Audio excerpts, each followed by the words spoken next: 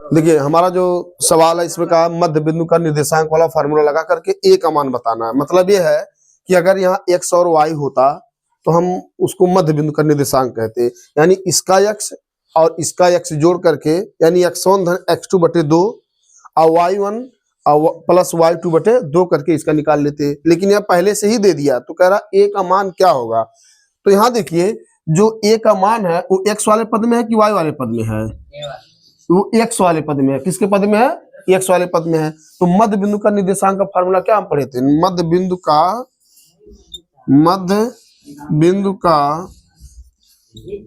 निर्देशांक का फार्मूला क्या है? तो हम क्या पढ़ते हैं? x बराबर x1 धन x2 बटे 2 और y1 धन y2 बटे 2। लेकिन y का हमें कोई चर्चा ही नहीं करना है, क्योंकि जो मान बताना है वो x के मान में है। किसके मान में है? x के मान में है। यानी कि जो x का मान है वो कितना है? a बटा 8 बराबर x1 कितना है? -4 प्लस x2 कितना है? 5 बटे क्या हो गया? 2 हो गया। फिर देखिए a बटा 8 बराबर, ये क्या आपका a है, a बटा 8 बराबर -4 में 5 जोड़ेंगे कितना हो जाएगा? 1 बटा क्या हो जाएगा? 2 हो जाएगा। अब देखिए फिर से क्या कर लो? गुणा कर लो, तो ऐसे हो जाएगा 2a बराबर 8। तो a बराबर 8 बटा 2 कितना आएगा? 4। यानी जहां a है वहां कितना रहेगा? 4 रहेगा। यही मान पूछ रहा है कि a का मान कितना होगा। देखिए कह रहा है बिंदुओं, जैसे एक ऐसे दे दिया है, एक लाइन दे दिया है, उस पर एक नाम दे दिया, मान लो ए दे दिया, एक टुका दे दिया है बी। इनका जो निर्देशांक 3 और 10, ए का निर्देशांक 3 दिया, इसका कितना? 1 3 और 10 दिया है। अब बी का 5 और 4 दिया, कितना दिया? 5 और 4 दिया है। ये बताया गया था। रोक दो। देखिए हमारा अगला क्वेश्चन क्या है? एक बिंदु है, बिंदु ए का वैल्यू इतना है, बी का 8,2 है, सी का 9,4 है और डी का P,3 है। यानी मिला जुला करके हमको P का मान बताना है। तो ये समांतर चतुर्भुज के शीर्ष है, तो P का मान क्या होगा? ठीक है। तो जब ये समांतर, तो इसके विकर्ण आपस में क्या होंगे? तो इसे लिख देना कि विकर्ण AC के मध्य बिंदु का निर्देशांक, तो विकर्ण आपस में क्या होंगे? बराबर होंगे। फिर यहाँ लिख देना, वही इधर भी लिखना है विकर्ण। अब की बार क्या हो जाएगा? BD के मध्य बिंदु का निर्देशांक हो जाएगा। ठीक है।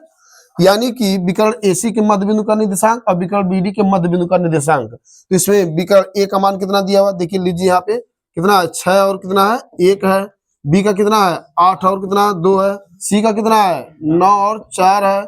और D का कितना है? P और 3 है। अब देखिएगा, तो विकर्ण AC का मध्य बिंदु का निर्देशांक बताना है, यानी इसका x, उसका A का x और C का x करना है। यानी 6 धन 9 बटा कितना? 2। y वाला ले लो, 1 धन 4 बटा कितना?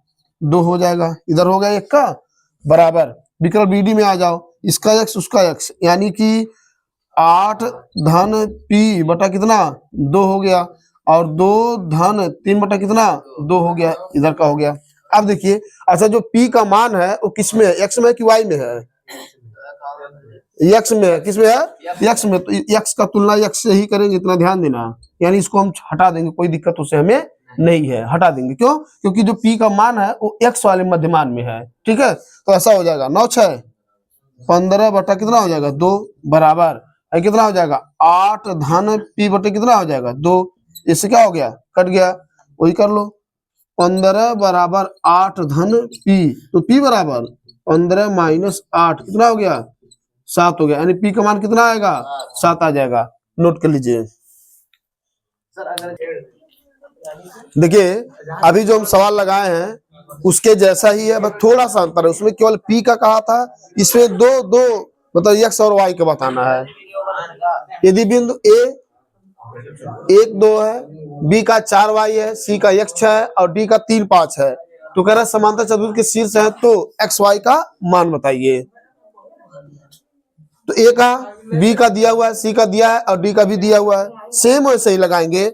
विकर्ण AC के मध्य बिंदु का निर्देशांक बराबर विकर्ण BD के मध्य बिंदु का निर्देशांक।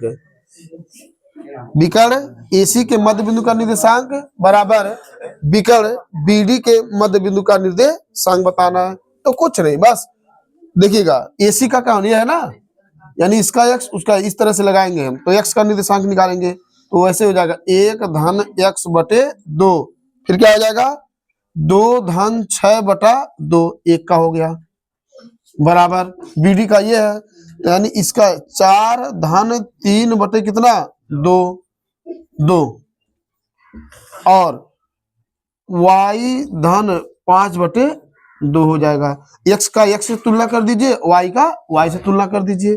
कहने का मतलब हमारा ये हो जाएगा, अभी देखिए 1 धन x बटे 2, x का निर्देशांक, x का निर्देशांक 1 धन x बटे कितना हो जाएगा 2, x का x से ही तुलना करना है, बराबर 4 धन 3 बटे कितना 2 हो जाएगा। 2 से 2 क्या हो गया, कट गया, तो 1 धन x बराबर 4 3 7, तो x बराबर 7 माइनस 1, तो x बराबर कितना आ जाएगा 6 आ जाएगा। ठीक है, ऐसे y का देख लेते हैं, y का निर्देशांक देख लीजिए, y का अभी बताया ना, x का x से और y से तुलना कर दीजिए, तो 6 2, तो देख लीजिए y का यही है ना, तो हो जाएगा, चलो एक स्टेप लियो, 2 प्लस 6 बटे 2 बराबर y धन 5 बटे 2, 2 से 2 क्या हो गया 6 2 8 बराबर y धन कितना 5, तो y बराबर 8 माइनस 5 बराबर कितना हो जाएगा 3, तो x का मान 6 है और y का मान कितना आया है 3 है, यही x और y का निर्देशांक हो जाएगा। चलो देखिए, हमारा एक क्वेश्चन है कि ये है कि एक वृत्त है, पहले समझेंगे क्या है, एक वृत्त है जिसका व्यास AB है, जिसका व्यास क्या है AB है, ये व्यास होता है, आधा अगर कर दे तो त्रिज्या हो जाएगा, अब परिधि को परिधि से मिला दो भी केंद्र से, तो उसे क्या कहेंगे हम व्यास कहते हैं।